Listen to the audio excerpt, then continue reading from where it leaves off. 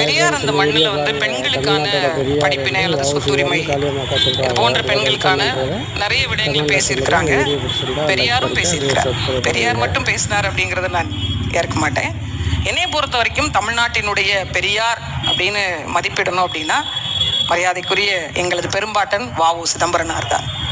ஏன்னா இந்த நாடு அடிமைப்பட்டு கிடந்திருந்த இந்த நாடு வெள்ளக்கார ஏகாதிபத்தியத்திடமிருந்து இவர்கள் வந்து கீழ்ப்பட்டவர்கள் என்ற அந்த முதற்கட்ட அடக்குமுறையை ஒடுப்பதற்காக தன்னுடைய சொந்த சொத்தை வித்து கப்பலோட்டிய தமிழன் என்று பெயர் வாங்கி இந்த நிலத்தினுடைய சுதந்திரத்திற்காக மாடு கூட இழுக்க தயங்கிய செக்கை இழுத்தவன் எனது பெரும்பாட்டு.